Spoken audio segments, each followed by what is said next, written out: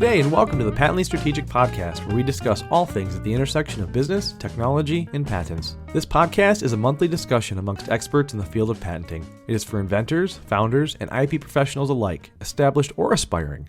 In this episode, we talk about speeding up the patenting process with a little lead footing on the patent prosecution highway. Getting a patent is no quick process. In the time between filing and issuance, your application will go through several stages, often from multiple patent offices and with months or years between stages. The total process can take 2 to 5 years and sometimes longer. But who has time for that? Sometimes you need a patent and you need it fast. Luckily, there are some options for fast-tracking your application. In today's episode, Ashley Sloat, President and Director of Patent Strategy here at Aurora, leads a discussion along with our all-star patent panel, exploring one of these options, the patent prosecution highway, and how it can significantly speed up prosecution between jurisdictions with similar policies. Ashley is joined today by an exceptional group of IP experts, including David Jackrel, President of Jackrel Consulting, Daniel Wright, Partnership Manager and Patent Strategist here at Aurora, Steve Stupp, Partner at Stupp Associates LLC, and Dominic, Filice, Patent Expert at Parola Analytics, Inc. As was the case with our last episode, our discussion panel really jumps right into the thick of the material, and in retrospect, we thought it might be helpful for the not yet IP experts out there to set the table a bit. I sat down with Ashley for a brief conversation to help set the stage for what the patent prosecution highway is, how it fits into the patenting process, and when it might make sense for you. So Ashley, securing a patent can take a while. Can you help by putting some real numbers to that in terms of overall timeline under normal circumstances? Yeah, absolutely. When you go directly into the U.S., so if you file an application with the U.S. Patent Office, from that time point, you're looking easily from 2 to 5 years to actually get your issued patent in hand, because the typical pendency before an examiner even picks it up, I'd say the shortest I've seen it is maybe a year, but typically you're looking at 16 to 18 months before an examiner even picks it up. And then once they pick it up, then you have to go through the whole prosecution lifestyle, that bartering that, they reject it, you make amendments. From an international perspective, you're adding time because you now have that international patent application pendency period, which is a total of 30 months. And then for most countries in the world, you also have a time period before you have to request examination. So with Europe, you request it right up front, just like the US. In China, you request it, 6 months later, and then many other countries of the world, it's 3-ish years later. Now, that's not to say that you can't request it earlier, but you have all this extra time period baked in there if you were to want to delay that long. And then, once prosecution kicks in, then it's probably about another year or so. So, you're really looking at, from an international perspective, something on the order of probably 4, 5, 6 years potentially also. So it's a long process. And so, but, I think from a smaller company perspective, it's good in that it delays some of the heavier costs until later in their company cycle or when they have funding. Not to say, again, that they can't move it up, but it does kind of elongate things to allow funding to roll in for those bigger financial lifts. Nice silver lining for sure. So that sounds like forever in startup years. Totally understand that examiners are flooded with very deep queues, but what if I need to move more quickly than that? Are there options for, so to speak, skipping in line? Yeah. So as I alluded to, from an international perspective, you can request exam early, right? You don't need to wait 6 months, 3 years, whatever it is, depending on which country you're in. You don't need to wait that full time period, right? As soon as you enter those countries, you could request examination and get that moving. And then in some countries as well, I believe Europe as an example, you can even kind of, it's no cost to you, but you can kind of, tap the patent office, the European patent office, and say, hey, we'd be okay if you sent us something sooner rather than later. And that can sometimes move things a little bit quicker. So that's from an international perspective. And I'm sure, there might be, like, I think Brazil has, if you're in certain types of cancer research or, green energy areas, then you might be able to also move things quicker. And so definitely talk to each foreign associate in whatever country you're in and see what options are available. I do think they're somewhat limited, but they are available. You just, have to, determine what's right for you in each of those countries. From a U.S. perspective, we have a lot of options. We have petitions to make special based on age. I believe if you're over 65 years of age, you can, move ahead in line faster. If you're also in certain art units, your technology is related to certain technology areas, you can have a petition to make special. And these things are usually free because, they're trying to promote certain arts quicker. But then there are other at cost options. So for example, there is accelerated examination, which you basically pay, a practitioner to do the job of the patent office. They would do a search, they would do claim charting, they would basically make the argument up front about how your claims are patentable over all the art that you found. And so this is a little bit risky in the sense that you are admitting very clearly what the prior art is, what the prior art teaches, because you got to do those claim charts, and what they don't teach. So you're really admitting a lot of things that you usually try to avoid when the patent office does their job and you do yours. And that's expensive from the perspective of you have to pay an examiner to do all that work. You have to pay a practitioner to do all that work. And then there is the track 1 expedited examination.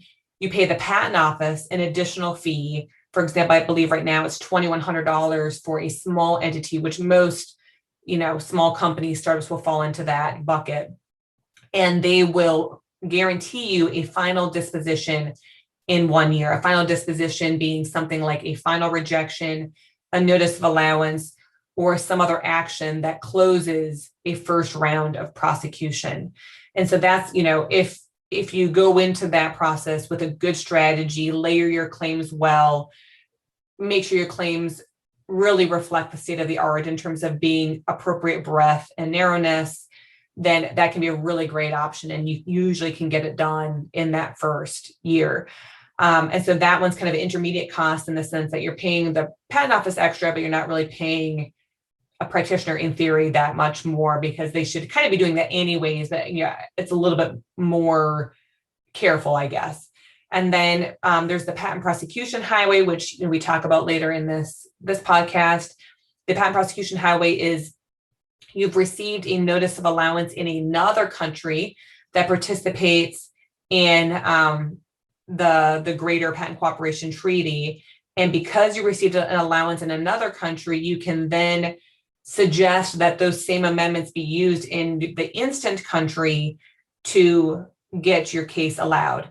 Now, this obviously assumes that each country has the same standards of disclosure, clarity, patentability, utility, and whatnot. And as we all know, that's not the case. Some countries are very austere in terms of disclosure requirements. Europe and China, for example, and Japan can be really particular around disclosure and clarity. The US tends to be a little bit more flexible. And so the patent prosecution highway is for all of those countries, but it definitely makes sense to do it in some settings and maybe doesn't make sense to do it. Like, if you have the US search for your patent cooperation treaty application, they're your international searching authority. And let's say they find claims that are allowed, it might not make sense to do PPH in Europe just because the US and Europe have very different measures of clarity and disclosure. Whereas if the US is your international searching authority and then you take it into the US and you have allowed claims, and that really makes sense because the same country that did the search is the same country that found them allowed and is the same country that is going to take them through prosecution. So similarly, if you use the European Patent Office as your international searching authority and they find claims allowed, then it would make sense probably more to do patent prosecution highway in Europe, because again, that same authority that found them allowed is the same authority that's going to be taking them to prosecution. So there's just, not all things are bi-directional. And so you definitely want to assess which country is issuing the allowance and which country are you going to use that allowance, hopefully to your benefit. And does it make sense? Will it actually save you anything to try to use the patent prosecution highway? And sometimes you'll find that it doesn't, just because the rules in each of those patent offices are just so different. And your associate in whatever country you're looking at can also help weigh that benefit to determine if it is an appropriate use case for you or not. Like I said, from a US perspective, if you're doing a US ISA, International Searching Authority, and then going into the US, it definitely makes sense. And it's probably one of the most cost-effective ways to make prosecution go faster in the US.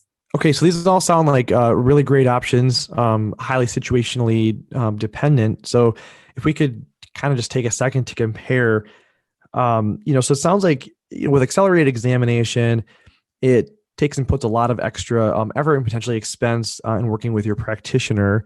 With track one, um, you're kind of sending a lot of extra fees to the patent offices to do their work for you more quickly. In terms of the PPH, what's the timeline versus the others, and where does it shift the effort? Yeah, so I think, the based on the stats that the patent office provides, like I said, track one guarantees the final disposition in 1 year, and I think they've been hitting that mark quite well. Accelerated examination can be a little faster. I think some of their lowest stats say that, you can get it in like 0.6 years or something like that. Again, because you're kind of handing them a fully baked package, right? So that can on average be a little faster than track one, but also, can kind of extend, for 1.5 years as well, depending. And then for PPH, again, these are just stats because they don't guarantee anything, but the stats say, I think that it's somewhere on the range of like 1.5 years. So still quite a bit faster than that 2 to 5 years that I mentioned.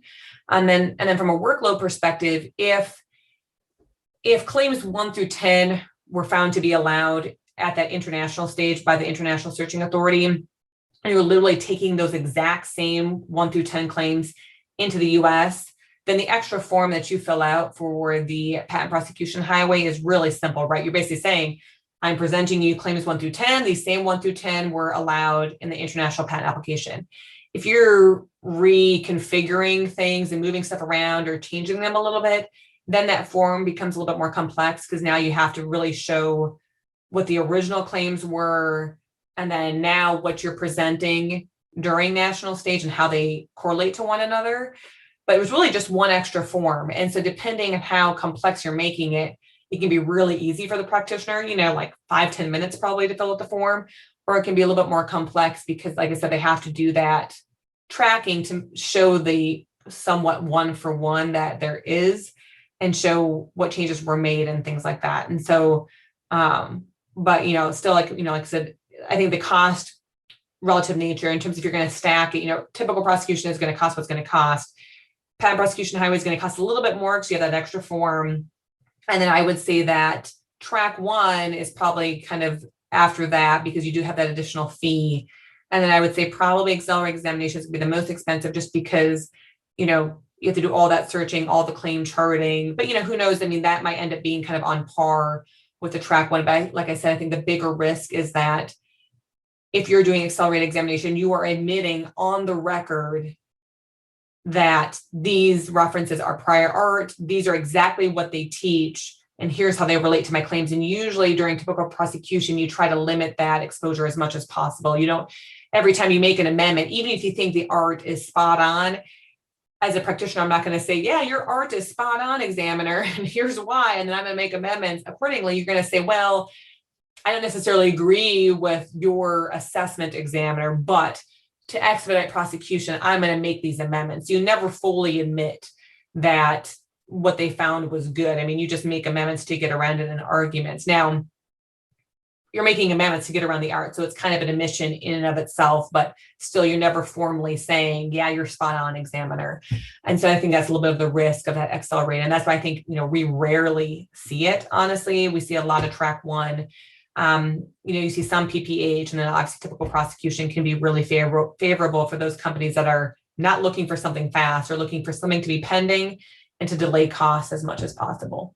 So then in your practice and probably more broadly, most folks are probably taking either the PPH or track one lane if they need an accelerated expedited approach.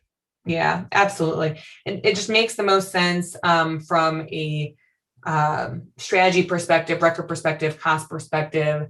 And I said, we've had a lot of good success, especially if you go into it with track one and PPH with a mindset towards the end goal, which is an issued patent in whatever time frame, and then really stacking your claims in and having them at a really good scope that's going to fall well with the examiner, and then being proactive with the examiner, having interviews and things like that. You can really get the job done in the time that you're supposed to get it done.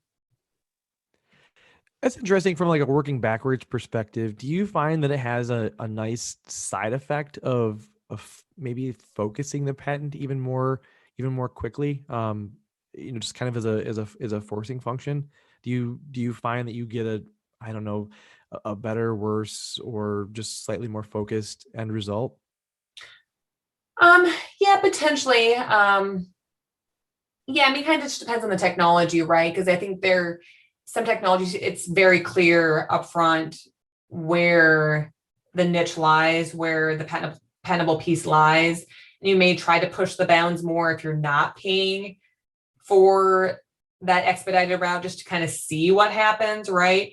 Whereas if you're paying that extra amount, you don't really want to waste your time, seeing what happens. You kind of want to get it in there nice and tight. And so I think there's definitely some benefit, I think, to focusing the claims a little bit more upfront, especially if the goal is to get an issue patent fast and then to maybe focus on other broadening amendments in future applications. And I think it's a really good choice. Like I said, I mean, I think if you strategize well upfront, think things through upfront, are proactive with the examiner, there's no reason why you shouldn't be able to get the job done in that 1 year time frame, at least for the track one.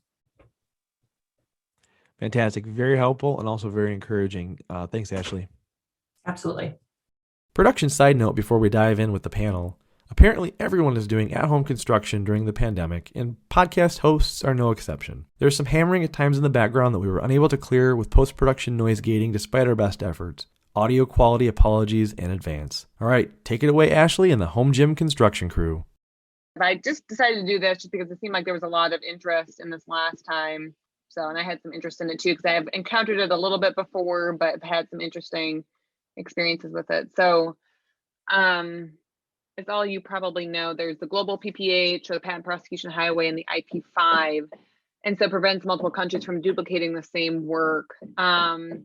So the UCTO nicely belongs to both of these programs, but not all countries belong to both. And the whole idea is that you can use the work product from a participating office as grounds for prosecution in another participating office.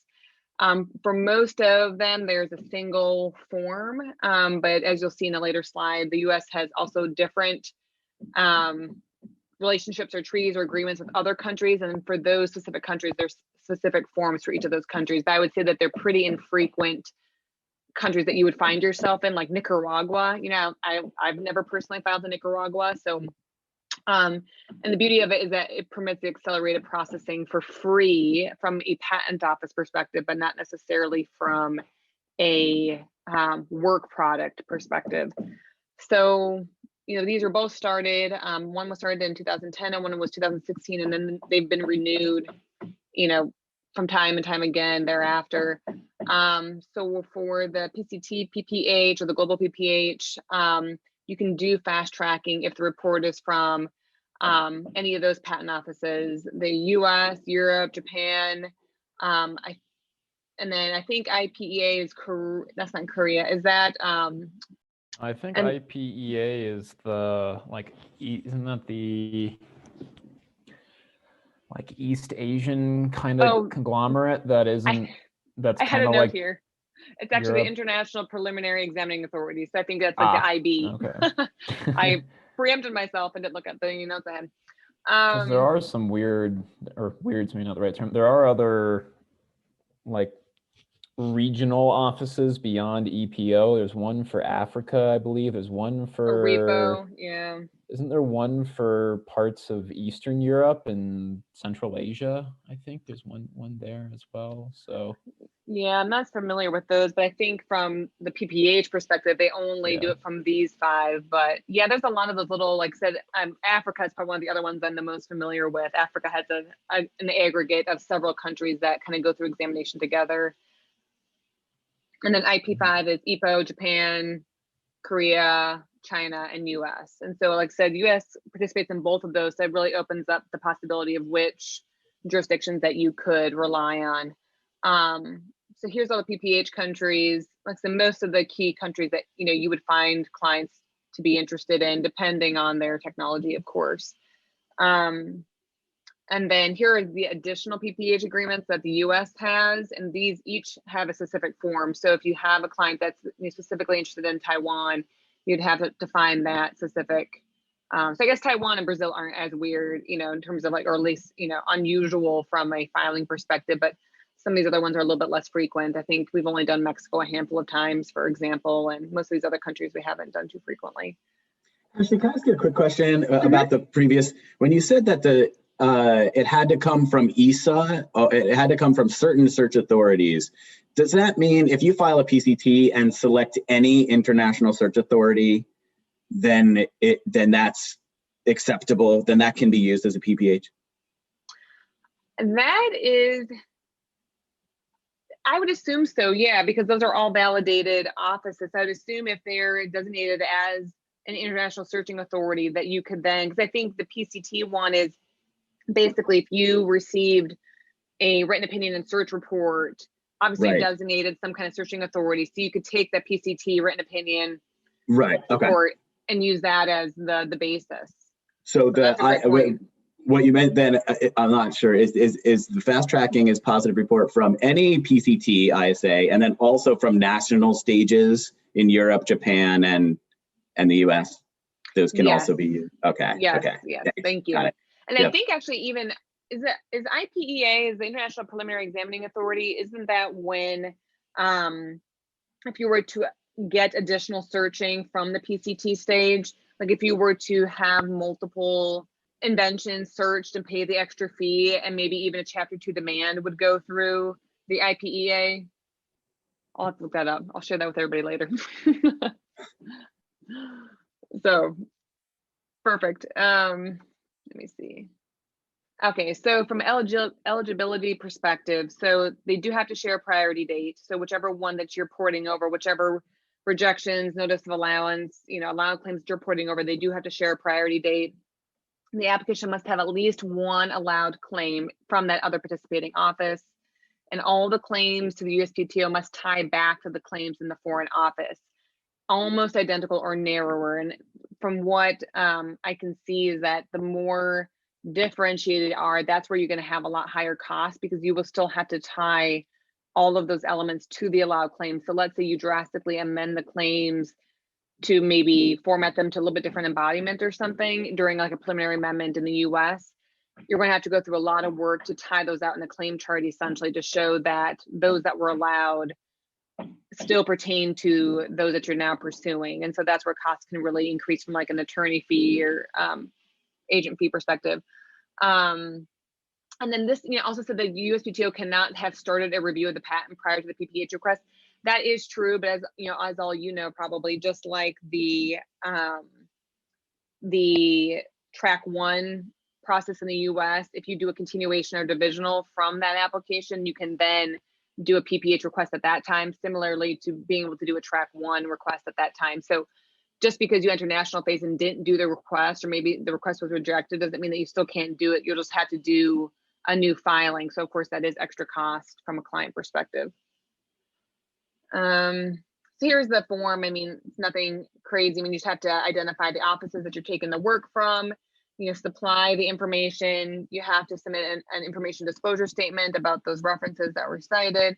And then here's where the bulk of the work comes from. If it's a 1-for-1 allowed claims that you're taking into the US, then it's really easy. But the more, abstract those get, the more distant those two claim sets get, the more work you're going to have to do. The USPTO will tell you if you're accepted or not. If you are accepted, you're going to be advanced ahead. If not, you'll get one opportunity to fix it. And then if not, then you'll be finally rejected. So this is what I was talking about before. Last time we were talking about some EPO quirks, and I had this recollection from a previous interaction with a European associate around this. And this is, I think, what he was alluding to, is that in Europe, it doesn't actually buy you that much, because as you all are familiar, Europe has such austere standards around disclosure that they're still going to do their own search and examination, and they're still going to independently consider whether the application meets all of their requirements. And so you're not going to gain much by having this form prepared and submitted to the EPO. But a better way to do it, if you have interest in so-called accelerated examination in Europe, is to do their own pace. So there's less requirements than PPH. It's still free. And interestingly, the request is not placed in the public file, so somebody wouldn't know. And I guess maybe the advantage is there that you would get potentially an issued patent a lot quicker, but nobody would know that you were getting it quicker. Whereas a PPH request is in the public file, so people know that you're trying to fast track it. And then the other interesting piece from like a PACE or PPH perspective, the UK Patent Office actually views PPH more favorably than the European Patent Office now that, especially now that Brexit has occurred. But so I think that's interesting. So if you have an interest in fast tracking, you could actually do it through PACE with Europe. But if you do multiple cases, so if your client has multiple pending applications in Europe and you do all of them through PACE, they are likely going to ask you to select maybe only one or two of those to go through PACE instead of all of them. So they are going to try to, I think, distribute the PACE availability across, interested parties. So you can't, do 10 applications, for example. And then, the results that kind of speak for themselves. It does sound like in a lot of the countries, it does result in a higher grant rate and a faster disposition. I think Europe would probably be the exception there just because of some of the rumblings that I've heard, but in a lot of other countries, it can do wonders. Some of the caveats that kind of were raised is that if the PPH country that you're going into based on previous work, if their parameters are going to be more rigid, you actually could end up kind of weakening your other rights because the examiner may make comments that could weaken those rights, comments around novelty and obviousness, which is always the case anyways, but it's all in a much shorter time frame and really clearly based on the same claim amendments and claims that you're pursuing in other countries. And also, of course, each participating office is going to do their own support clarity enablement criteria. And PPH, while free from a fee perspective, may not be as cost effective from a preparation perspective. So it just kind of, again, depends on which claims you're going to take into that country versus what was already allowed. So I know, David, you had talked about how you all do that quite frequently from a US perspective. And I would assume that in those cases, you're pretty much keeping the claims as is, or like, what's your experience in that regard? Yeah, I mean, mostly.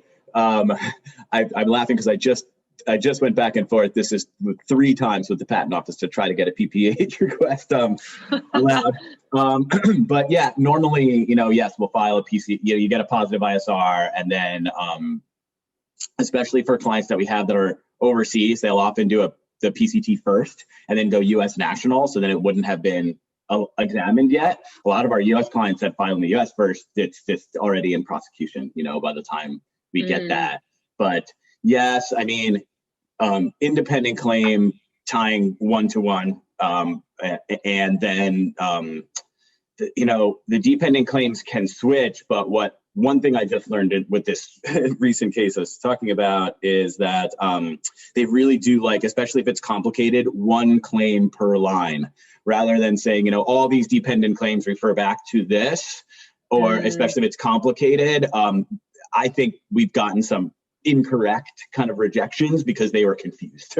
So just put 1 claim per line and make it really straightforward in the remarks, kind of why it's how it corresponds to the OEE, to the PCT application. Right, that's helpful. Yeah, I think a lot of time could be spent on those. So it's interesting. So yeah, that's all I kind of had. Because I think it's something like that. We don't do it very frequently, but I think, kind of knowing from a US perspective, it's kind of an interesting way to get something a little faster, but maybe not paying the crazy $2,000 some dollar fee, especially now that they've increased it, I think, again. So I think it's an interesting path. So yeah, we tend to do it a lot. And what we kind of recommend our clients, and I don't have the original source on this, but I can ask if people are interested, is that 90% in the US, 90% of approved PPH applications will be allowed. 90% will be allowed within 1 year after the PPH is approved in the US. So that's crazy. Yeah, if you can do it, if it's eligible, we always highly recommend, because like you said, it's also free, and creating that table does take some work, but it's not too bad, so we always recommend that to clients. David, too, in your experience, because I was actually just talking to a client around their PCT and how, we could do any number of bypass applications in advance of the 30-month time, just because they're trying to figure out, their timeline for doing different things. And do you need to wait for actual national phase to do PPH in the US, or could you do, I mean, I assume that you could do, once you get that search report, you could do a con from it and do the PPH with it. Yep, exactly. And that's funny you mentioned that too. This is in the last year or two, we almost never do national phase filings anymore. We almost always do cons from PPHs, even if you're at the 30-month point or to allow, because it's just easier for our paralegal support team and everything. Like they know all the systems in the US. They don't have to go into the PCT kind of system to go into national phase. So something on their side is easier, but it's also, I think, well, I'm going to pause now. I can't remember exactly why, but I feel like there's also some more flexibility on doing the con. And maybe it's what you said, actually, just about the timing. Yeah. There is more flexibility. I mean, because you can't do a track one on national phase. Yep. And you could do a PPH, I would assume, off national phase, and of course, but you can't do a track one, and you can't add matter on a national phase, but you can if you do a CIP, so not a classical bypass, right? But a typical. So I think it is more flexible for sure. And I think, I honestly couldn't tell you. I'd have to ask Elisa what we typically do, whether we do national phase or even if we wait for the 30-month time window. I actually couldn't tell you offhand what we do typically, but yeah, it does provide more options though. So yeah. Well, awesome. Well, anybody have anything else to share, or a interesting practice stories, or completely tangential point, because you scared/confused me a bit with your comment about the UK office with Brexit. And so as far as I can tell, the UK Patent Office is still part of the European Patent Convention. Yeah, that it's two separate things from the EU. So there's no additional hassle now, going from PCT or EPO into the UK. That process is still there. I guess it's just if you filed directly into the UK office, you can make use of PPH more successfully than elsewhere. But yes, that's fair. Yeah, thanks for that, Dan. Yeah, so yeah, you can still get to UK through EPO, but if you were to file direct in the UK for whatever reason, but which isn't, at least I haven't seen it be too common, but I imagine it's much cheaper if the UK is your only interested country. But hey, I have a question. Mm-hmm. So when you do a continuation from a PCT versus a 371, there's some subtle differences in legally how it's treated. So I hear that there may be some advantages for PPH treatment or accelerated prosecution treatment, at least in the US. But I was just wondering if anybody has any experience on the differences in legally how a 371 versus a 111 continuation are treated from a PCT. Would it be, I mean, this is just conjecture on my part. So the national stage process and PCT are all under the PCT rules.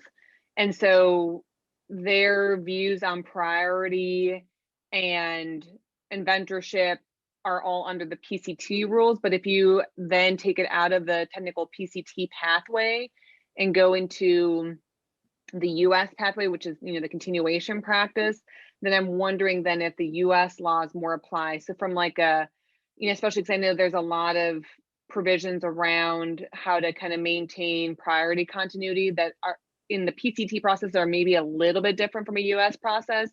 So I'm wondering if you kind of jump between those, that you just need to make sure that you're either staying in the PCT rules if you stay with national phase versus adhering to US, because even if you adhere to US but stay the national phase, that's not going to be viewed favorably from, later, upholding your rights.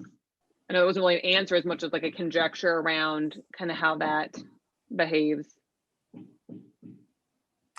Yeah, thank you.